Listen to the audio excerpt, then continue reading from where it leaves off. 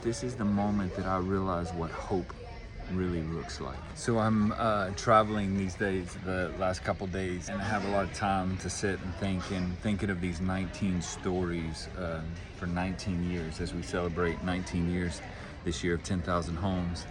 I'm reminded of one of the most significant stories for me was in the very first house we built. We built this house in this community, and the name of the community was called Cork, and it was a community of Mozambican refugees.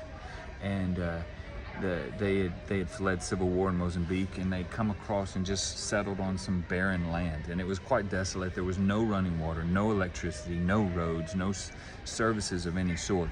But this community of people were living there, and we were building a house for a child-headed home.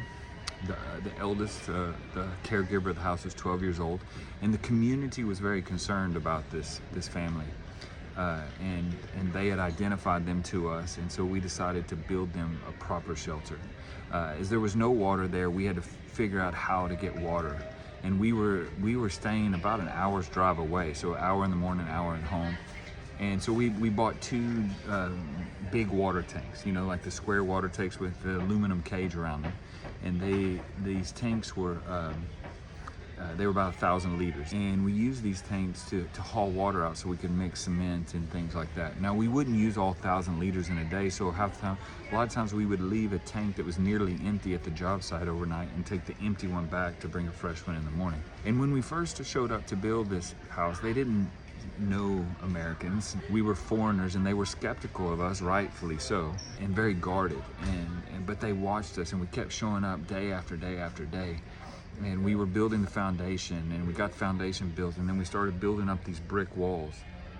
And as the walls went up, I remember we were at window height or so, somewhere in there, and one morning we showed up, and as we arrived in the community, their faces had changed, and they were smiling more. The skepticism had left, and they were excited to see us, and there was some dancing and celebrating going on, and we were trying to figure out what was going on.